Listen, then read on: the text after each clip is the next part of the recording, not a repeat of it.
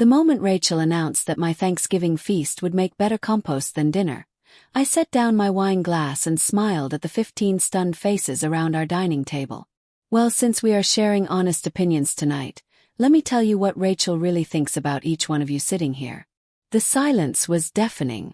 Rachel had just insulted the meal I spent 3 days preparing, dismissing my contribution like I was some unwelcome stranger rather than the woman who helped raise her husband.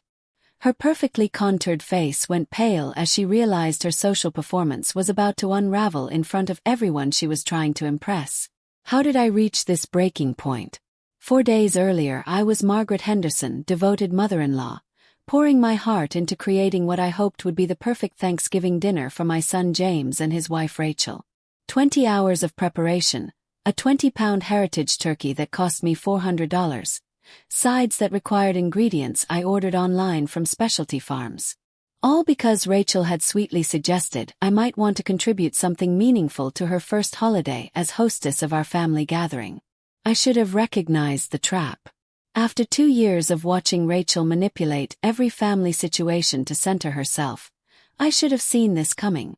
But loneliness makes you stupid and desperation makes you blind. Since losing my husband Thomas, I had been so grateful for any invitation into my son's new life that I overlooked every warning sign Rachel displayed. The dinner was already underway when I arrived at 6, struggling through their front door with multiple covered dishes and dessert containers. Rachel was entertaining her college friends near the kitchen island, stunning in a burgundy dress that probably cost more than my monthly pension. She glanced over as I arranged my contributions on the counter, her expression shifting from annoyance to something that looked almost predatory. "Oh, wonderful," she announced loud enough for the entire gathering to hear. "Margaret brought her cooking too. We'll have plenty of leftovers to turn into compost after everyone has enjoyed the real Thanksgiving dinner." The cruelty hit me like ice water. Not my food, not Mom Henderson's cooking, just her cooking, as if I was some random neighbor who had wandered in uninvited instead of the woman who had co-signed the loan for their house down payment. The guests shifted uncomfortably, clearly sensing the tension but unwilling to challenge their hostess. That was when something fundamental shifted inside me. Maybe it was the way Rachel smirked as she said it, so confident that I would absorb this humiliation silently as I had countless others. Maybe it was remembering how I had stood in my kitchen until midnight making everything from scratch, desperately wanting to earn some small measure of respect from this woman who treated me like an inconvenience. Or maybe it was 2 years of swallowed insults finally demanding their moment of reckoning. I straightened my shoulders and looked directly at Rachel's closest friend, Monica, a marketing executive who had spent the last hour describing her recent promotion. "Monica, Rachel told me just last week that you are secretly incompetent at your job and that everyone at your company knows you only got promoted because you are sleeping with your married boss. She also mentioned that your husband is planning to divorce you because he found the text messages." Monica's face went through several color changes as her wine glass slipped from her fingers and shattered on the hardwood floor. The cheerful background conversation died instantly, leaving only the sound of holiday music playing softly from hidden speakers. Rachel's confident expression crumbled. "Margaret, stop this right now," she whispered. But I was just beginning. I turned to Kevin, Rachel's college roommate who was visiting from Seattle. "Kevin, Rachel says you are a pathological liar who makes up stories about your success because you are actually living in your parents' basement and working part-time at a grocery store.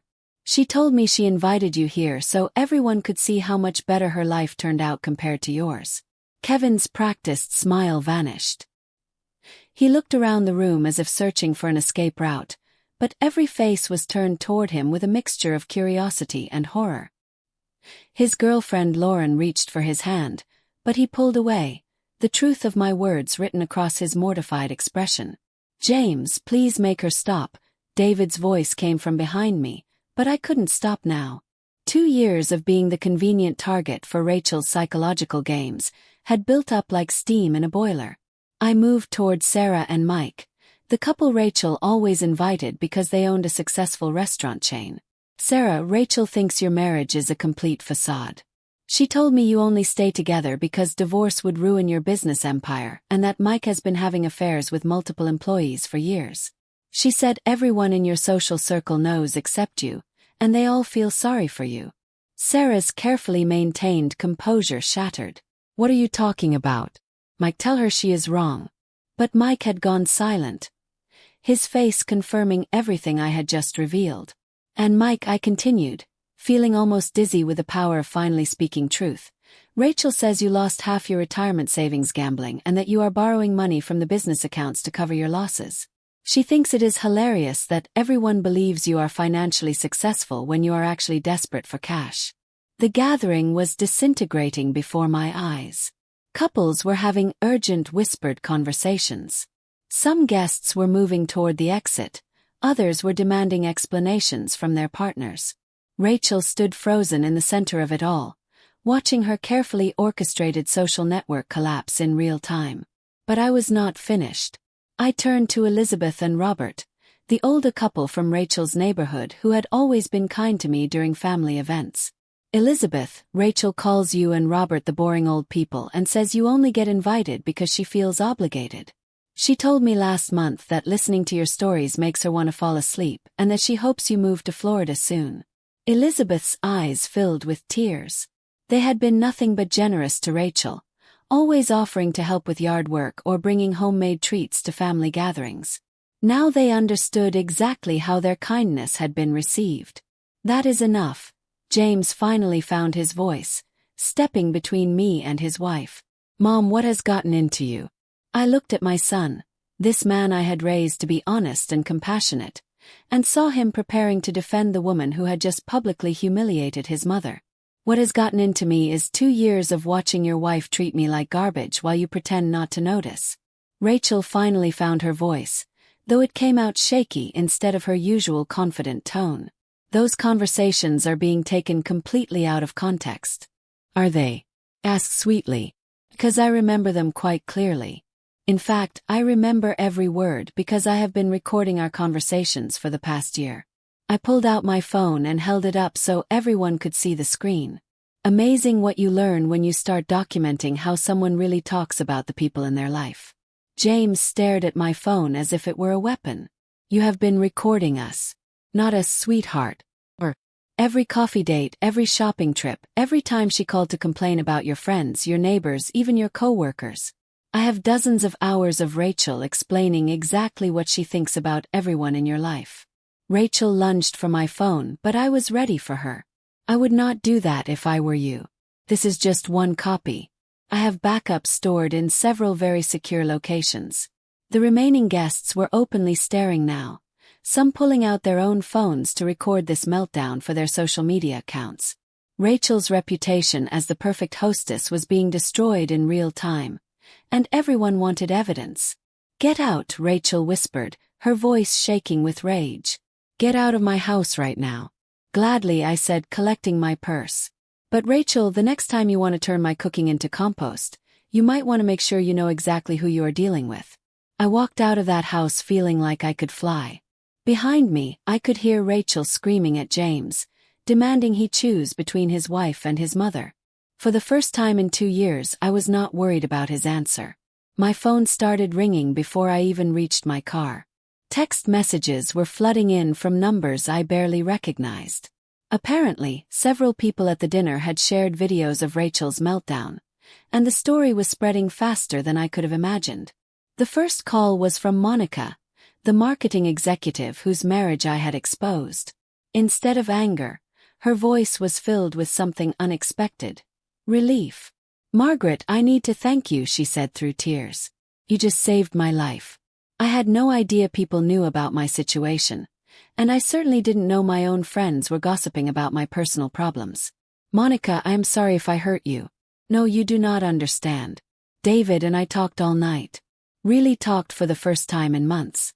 We are going to counseling and we are going to fix this. But if I had kept pretending everything was fine while people like Rachel were laughing behind my back, we would have been destroyed. She was not the only one. Over the next 3 days, I received similar calls from Kevin, who was finally admitting his struggles to his family and getting help, and Sarah, who was confronting her husband about his affairs. Even Elizabeth and Robert called to say they were grateful to finally understand where they stood with their neighbors. Not everyone was thankful, of course. James appeared at my apartment on the 3rd day, his face drawn with exhaustion and stress. "Mom, you destroyed Rachel's entire social circle. She has barely spoken to me since Thanksgiving, and the kids are asking why Grandma made Mommy cry." I poured him coffee and watched him sit at my kitchen table the way he had as a child when he was upset. "James, I did not destroy anything that was not already broken. I just revealed what was hidden underneath the surface." "But why now? Why did you have to humiliate her in front of everyone?" I sat down across from him, choosing my words carefully. "Because for 2 years, I have been trying to earn a place in your family by being useful. Cooking, cleaning, babysitting, lending money when you needed it. And every single time, Rachel made it clear that I was a burden she tolerated for your sake." James winced because he knew it was true. That night, when she dismissed my cooking like garbage in front of a room full of people, something broke inside me.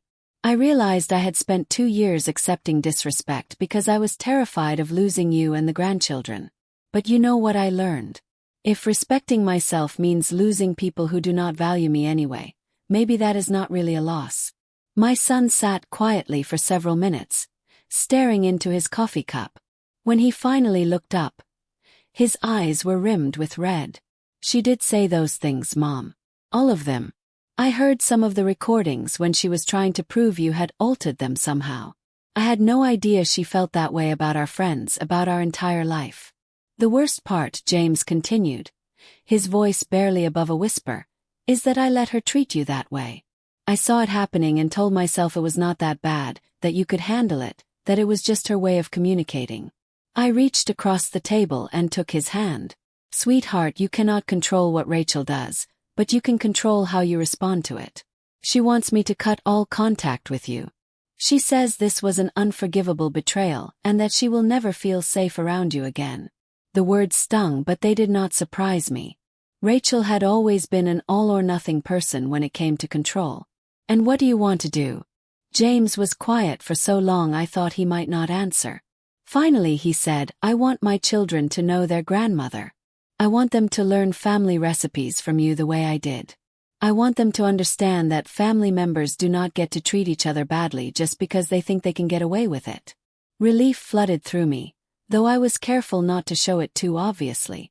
"That is going to put strain on your marriage." "Maybe. But you know what I realized listening to those recordings? Rachel does not just talk about you that way. She talks about everyone that way, including me.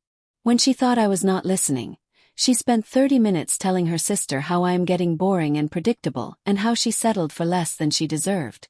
That surprised me. I had always believed Rachel genuinely loved James, even if she treated everyone else poorly. "I'm sorry, honey. Do not be." I needed to hear it. I have been so focused on keeping peace that I never noticed I was living with someone who does not actually respect anyone, including her own husband. We talked for another hour about his marriage, the children, and what would happen next. When he left, he hugged me tighter than he had since he was 12 years old. "Mom, I am proud of you for standing up for yourself. Took real courage to do what you did." After he left, I sat in my quiet apartment thinking about courage. Was it courageous to finally speak up after years of psychological abuse? Or was I just an old woman who had finally reached her breaking point and lashed out? My phone buzzed with another message, this one from an unknown number. "Mrs. Henderson, this is Jennifer Walsh from Channel 9 News. We would love to interview you about your Thanksgiving dinner confrontation. Several viewers have sent us the videos, and we think your story represents something important about standing up to family bullies. A news interview about me. 6 months ago, the idea would have terrified me. Now, it felt like an opportunity. I called the number back and agreed to meet for an interview the following week. If Rachel wanted to paint me as the villain in this story, she was welcome to try.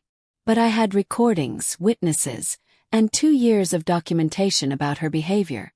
Most importantly, I had something I had lost somewhere in the fog of grief and loneliness after Thomas died. My voice.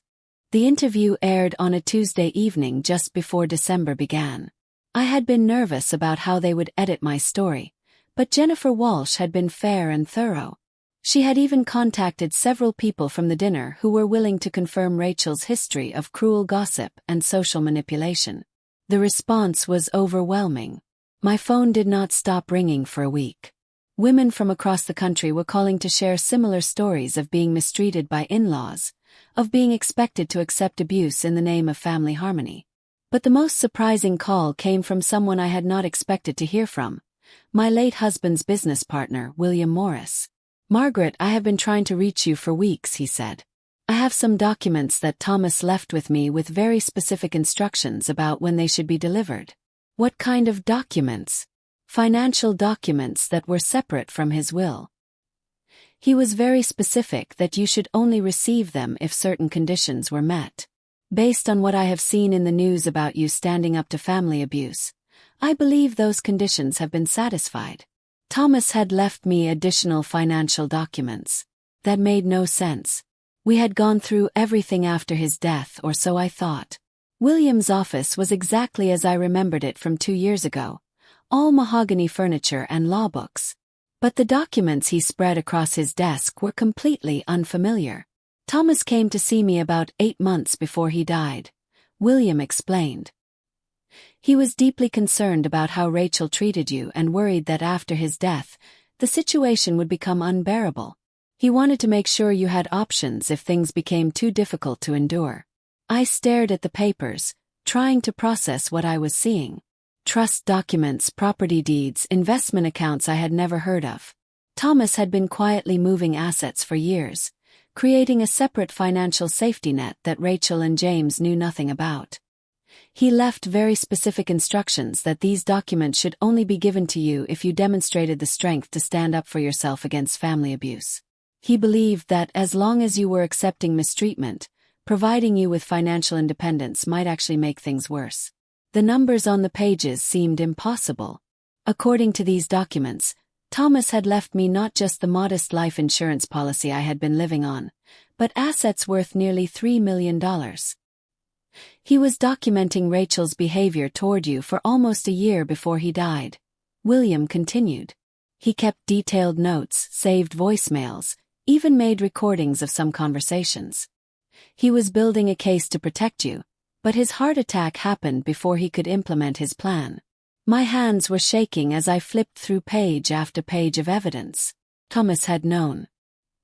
He had seen what I was too lonely and grief-stricken to fully acknowledge, that Rachel was systematically isolating and demeaning me. The trust documents include a very specific provision, William continued.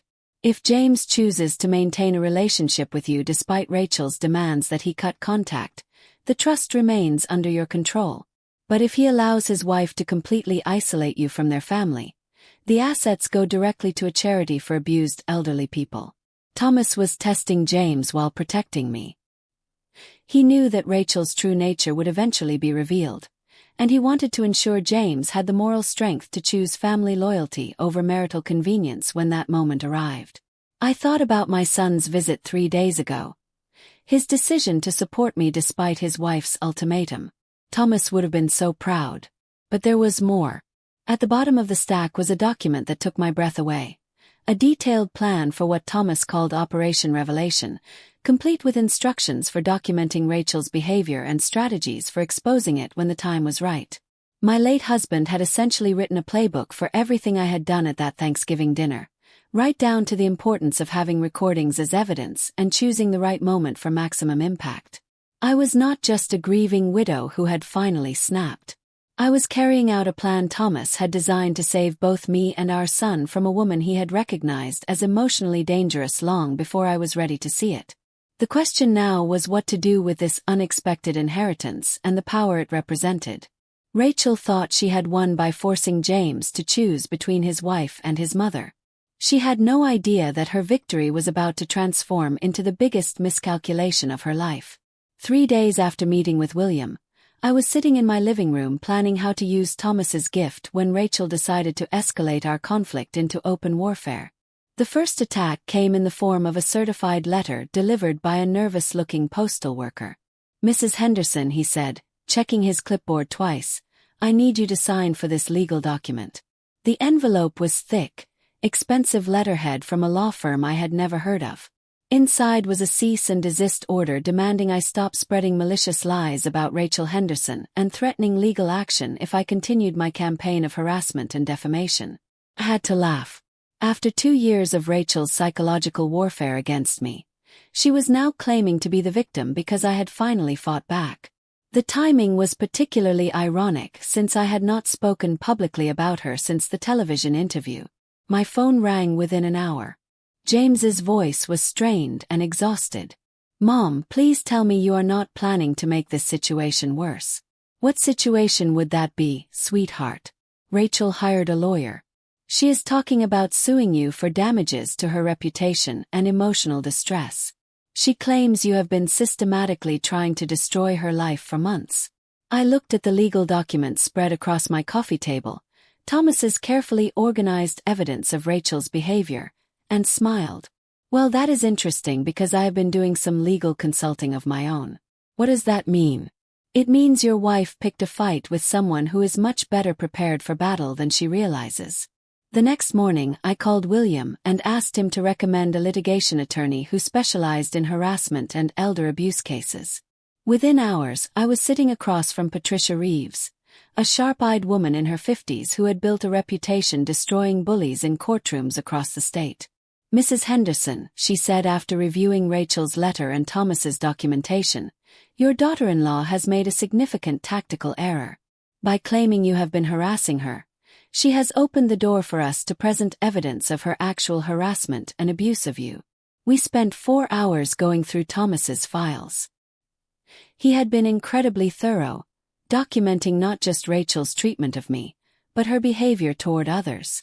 Financial records showing how she had manipulated elderly neighbors into co-signing loans they could not afford. Social media posts she had deleted where she mocked family members and friends. Even recordings of phone calls where she had threatened to prevent me from seeing my grandchildren if I did not comply with her demands. "This woman has serious psychological issues," Patricia said bluntly. "And now she has given us legal grounds to expose her behavior publicly." By Thursday, Rachel had received our countersuit: harassment, elder abuse, intentional infliction of emotional distress, and alienation of affection. We were seeking damages, a restraining order, and most importantly, court-mandated psychological evaluation and family counseling. James called that evening, his voice shaking with something between anger and panic. "Mom, what are you doing?" "Rachel is talking about leaving and taking the kids to live with her mother in Arizona."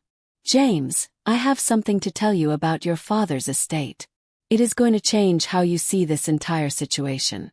I drove to James's office the next morning with a briefcase full of documents that would reshape his understanding of everything that had happened since Thomas's death. My son looked like he had aged 10 years in the past week, his usually neat appearance disheveled and tired. "Mom, before you say anything, I need you to know that Rachel is threatening to disappear with the children if this lawsuit continues. She says she has relatives in Canada who would help her stay hidden." I set the briefcase on his desk and opened it slowly. "James, your father spent the last year of his life protecting us from exactly this situation. He knew Rachel would eventually show her true nature, and he prepared for it." For the next hour, I walked my son through Thomas's documentation: the financial manipulation, the isolation tactics, the systematic destruction of family relationships that did not serve Rachel's purposes. James's face grew paler with each revelation. "Dad knew all this. Why did he not say something?" "Because he knew you would not have believed it until you were ready to see it yourself. Thomas understood that Rachel's control over you was psychological, and that breaking it would require you to witness her behavior firsthand." The most damaging evidence was a series of text messages between Rachel and her sister discussing their plans for managing me after Thomas's death. They had plotted to gradually isolate me from the family while extracting as much financial support as possible. There were even discussions about having me declared mentally incompetent so they could control my bank accounts. "She was planning to have you committed, Mom." "Eventually, yes. Once she had gotten everything she could from me financially, and I became too much trouble to manage." James sat in stunned silence, processing the depth of the betrayal. His wife had not just been cruel to his mother. She had been systematically plotting to destroy me while pretending to care about family unity. There is more, I said gently. Thomas hired a private investigator to look into Rachel's background before your wedding. He was concerned about some inconsistencies in her stories about her past. The investigator's report painted a disturbing picture of a woman who had left a trail of damaged relationships across multiple states. Rachel had been married before James, a fact she had hidden from our entire family. She had also been involved in financial exploitation cases in 2 other states, convincing elderly people to change their wills or give her money shortly before major life changes. She has done this before James. Multiple times. Thomas found evidence of at least 3 elderly people she had manipulated into giving her money or property. One case was dropped when the family could not prove manipulation, but the pattern was unmistakable. My son looked like he might be sick. The kid's mom. I cannot let her take the children. She will not, because now we have leverage she does not know about, and we are going to use it to ensure she never has the power to threaten this family again. Patricia had already filed an emergency motion to prevent Rachel from leaving the state with the children, citing the evidence of her pattern of manipulation and the ongoing legal proceedings.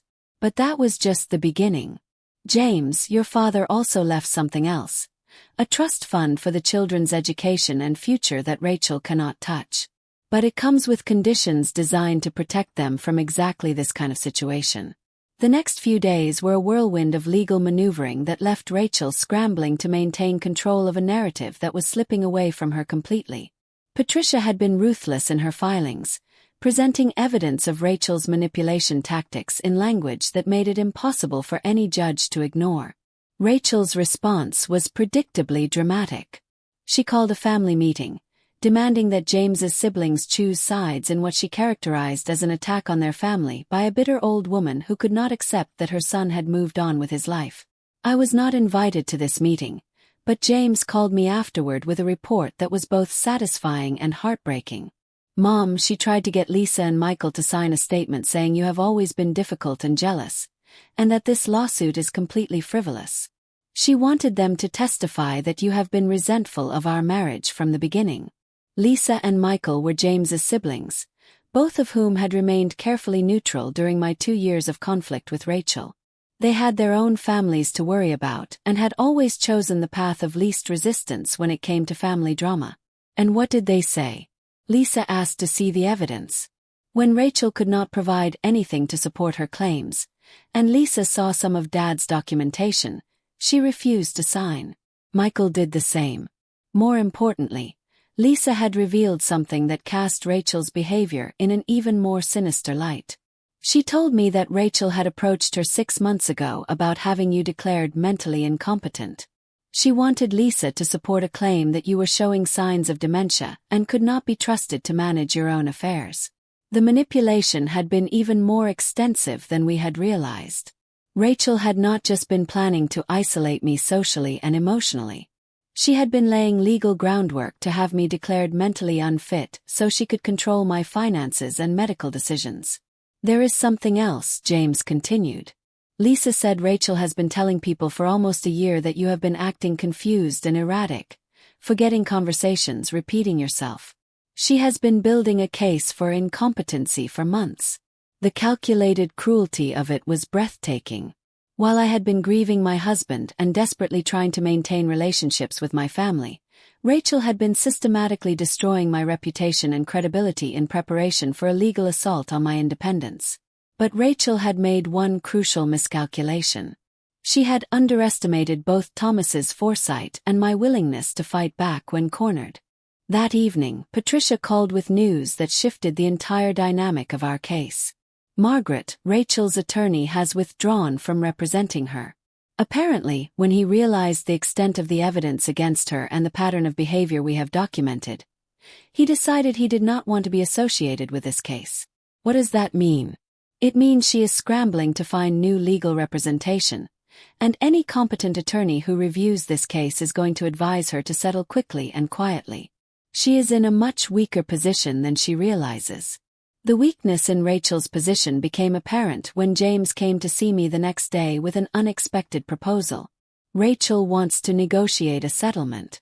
The meeting took place in Patricia's conference room on a cold December morning that felt heavy with the weight of 2 years of accumulated resentment and betrayal. Rachel arrived with a new lawyer, a young man who looked like he would rather be anywhere else in the world. I had not seen my daughter-in-law since the Thanksgiving dinner, and the change in her appearance was striking. The confident, perfectly put-together woman I had known had been replaced by someone who looked desperate and trapped. Her usual immaculate styling had given way to a more subdued look, and there were dark circles under her eyes that makeup could not quite hide. "Mrs. Henderson," her lawyer began nervously, "my client would like to find a resolution to this dispute that serves everyone's best interests." Patricia smiled coldly. "I am listening." What followed was exactly what I had expected. Rachel was willing to apologize for her behavior and agree to family counseling in exchange for us dropping the lawsuit and agreeing never to discuss her conduct publicly again. "That is not going to work," Patricia said before I could respond. "Mrs. Henderson has been the victim of systematic abuse and manipulation for 2 years.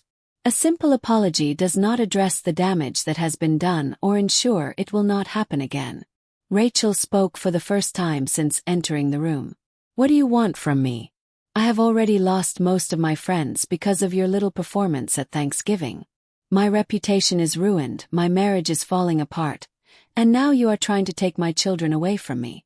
I looked at this woman who had made my life miserable for 2 years and felt something I had not expected: pity. She genuinely seemed to believe she was the victim in this situation. "Rachel, I want you to understand that your actions have consequences. I want you to acknowledge the harm you have caused and take responsibility for changing your behavior. And I want legal protections to ensure you never have the power to abuse me or manipulate my family again." "What kind of legal protections?" Patricia opened a folder and slid a document across the table. "A binding agreement that specifies exactly how family interactions will proceed going forward. Supervised visitation with the grandchildren initially, mandatory psychological counseling, and complete financial transparency to prevent future manipulation." Rachel's lawyer reviewed the document and whispered urgently in her ear. I could see the moment when she realized how thoroughly her position had been compromised. "This is ridiculous," she said, but her voice lacked its usual conviction. "You cannot dictate how I interact with my own family." "Actually, we can," Patricia replied smoothly, "because the alternative is proceeding with a lawsuit, which will make all of the evidence we have gathered part of the public record. Given your history of elder abuse in multiple states and the pattern of manipulation we have documented, I suspect that will not end well for you." That was when Rachel made the mistake that revealed just how desperate she had become. She stood up suddenly, her chair rolling backward into the wall. "You think you are so smart, you manipulative old witch, but you have no idea what you are dealing with. I have destroyed better people than you, and I know things about your precious Thomas that would make you sick if you knew the truth." The room went silent. Even her own lawyer looked horrified at the outburst. "What are you talking about?" James asked quietly. Rachel's eyes glittered with malice. "Your father was not the saint you all think he was. He had secrets, dark ones, and I have known about them since before we got married. Why do you think he was so willing to document my behavior? He was protecting himself, not you." I felt something cold settle in my stomach. "What secrets?" "The money, Margaret. All that money you just inherited. It did not come from his business success like you think. Your husband was involved in something that would have destroyed your family if it had come out." Patricia leaned forward slightly. "Miss Henderson, I strongly advise you not to continue this line of reasoning." "Shut up," Amanda snapped. "She wants the truth." Fine. Thomas Henderson was laundering money for organized crime figures. That business he was so proud of was a front. Every dollar you just inherited is dirty money from drugs and illegal gambling operations. The silence that followed Rachel's accusation stretched until it became uncomfortable. Then I began to laugh. It started as a quiet chuckle but grew into full-bodied laughter that made everyone in the room stare at me like I had lost my mind. Rachel's expression shifted from triumph to confusion as I laughed harder than I had in years. "Oh, Rachel," I finally managed to say, wiping tears from my eyes. "You really have no idea how thoroughly you have been outplayed, do you? I opened my purse and pulled out a thick manila envelope that Patricia had given me that morning. James, sweetheart, there is something about your father I have not told you yet. Something I learned just yesterday that changes everything we thought we knew about the situation. I slid the envelope across to my son, who opened it with trembling hands. Inside were FBI documents, surveillance reports, and official commendations dating back 30 years. Your father was not laundering money for criminals, Rachel. He was working with federal agents to catch people who were. For over 3 decades, Thomas Henderson had been an undercover consultant helping the FBI track financial crimes and money laundering operations. James stared at the documents in shock. Dad was working for the FBI. He was recruited in 1992 when his accounting firm accidentally uncovered a money laundering scheme. Instead of just reporting it, he volunteered to help catch the people involved. He spent 30 years helping federal agents build cases against organized crime figures. Rachel's face had gone completely white. That is impossible. The money we inherited is not dirty, Rachel. It is reward money and consultant fees from helping the government recover millions of dollars in criminal assets. Every penny is not only legal but represents your father's service to his country. Patricia smiled as she pulled out another document. Which brings us to the real reason for today's meeting. You see, when Rachel made those accusations about Thomas Henderson, she revealed knowledge of criminal activities that she could not possibly have known about unless she was involved herself. Rachel's lawyer was frantically whispering in her ear, but she was staring at me with the expression of someone watching their world collapse. The FBI has been investigating the Colorado financial manipulation case that Rachel was involved in several years ago. They have been building a case against a network of people who target elderly individuals for financial exploitation. Rachel's name has been on their radar for quite some time. I looked at my daughter-in-law with something approaching satisfaction. When you threatened to expose Thomas's criminal activities, you revealed that you know details about money laundering operations that only someone involved in criminal financial manipulation would know. You essentially confessed to federal crimes while trying to threaten me. I never said I was involved in anything. You knew specific details about money laundering techniques and referenced criminal organizations by name. The only way you could know those details is if you have been part of similar operations yourself. Patricia opened her laptop and turned it toward Rachel. We have been recording this meeting, and everything you have said is being reviewed by federal agents. The patterns of elder abuse, the financial manipulation, the systematic targeting of vulnerable individuals. It all fits the profile they have been developing. Rachel's lawyer stood up abruptly. This meeting is over. My client will not be saying another word without federal representation present. But the damage was done. In trying to destroy me with lies about Thomas, Rachel had revealed her own involvement in the exact type of criminal enterprise my husband had spent decades fighting against. As they rushed out of the conference room, James sat staring at the FBI documents with tears in his eyes. Dad was a hero. He was. And his final case was protecting his family from someone he had recognized as a predator long before the rest of us saw the truth. 8 months later, Rachel was convicted of elder abuse and financial fraud in 4 states. The investigation revealed a sophisticated network of people who systematically targeted elderly individuals, manipulated their families, and stole their assets through legal and psychological means. My testimony helped prosecutors understand how advanced these operations had become, using family relationships and social manipulation rather than obvious criminal behavior. James received full custody of the children, and we rebuilt our family relationships on a foundation of honesty and mutual respect instead of fear and manipulation. The children learned the truth about their grandfather's heroic service to his country and their grandmother's courage in exposing a criminal who had infiltrated our family. As for me, I used Thomas's inheritance to establish a foundation that helps elderly people recognize and report financial abuse.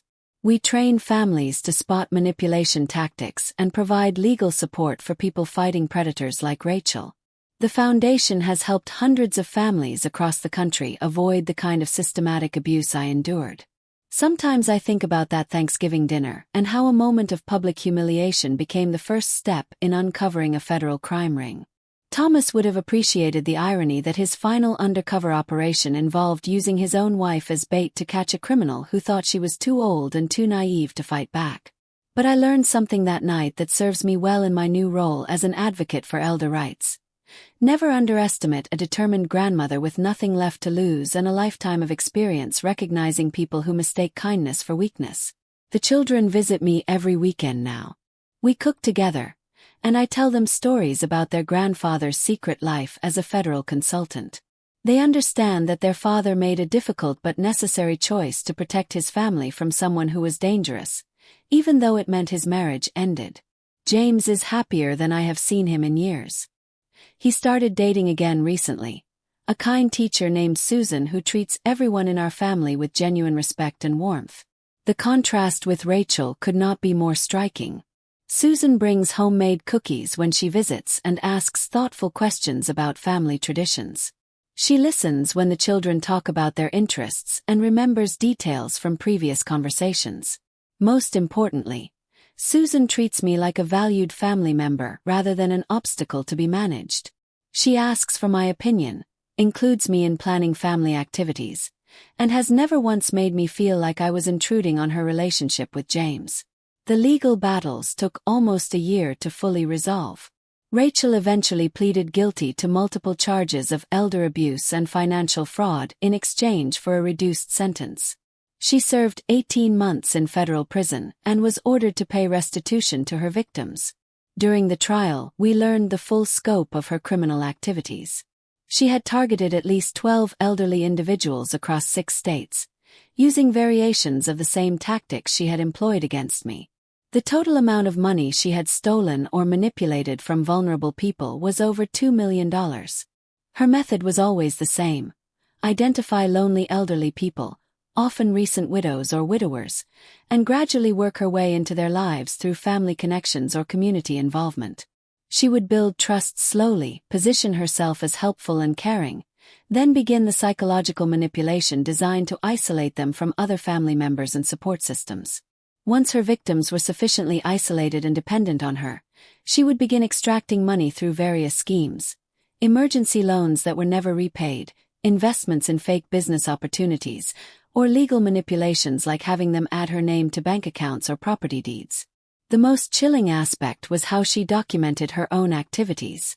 FBI agents found detailed journals where she rated her victims on vulnerability scales and planned her manipulation strategies like military campaigns. She had written extensive notes about my psychological weak points and the best methods for isolating me from James and the grandchildren. One entry from her journal, read aloud during the trial, described me as the perfect target: recently widowed, financially comfortable, desperate for family connection, and too polite to cause trouble even when mistreated. She had calculated exactly how much money she could extract from me before I would become suspicious or desperate enough to fight back. The prosecution used these journals to demonstrate premeditation and the calculated nature of her crimes. The judge called her actions some of the most callous and predatory he had seen in 30 years on the bench. But perhaps the most satisfying moment came during her sentencing hearing, when several of her other victims spoke about the impact of her crimes on their lives. An 80-year-old man from Colorado described how she had convinced him to invest his life savings in a fake real estate development, leaving him unable to afford his medications.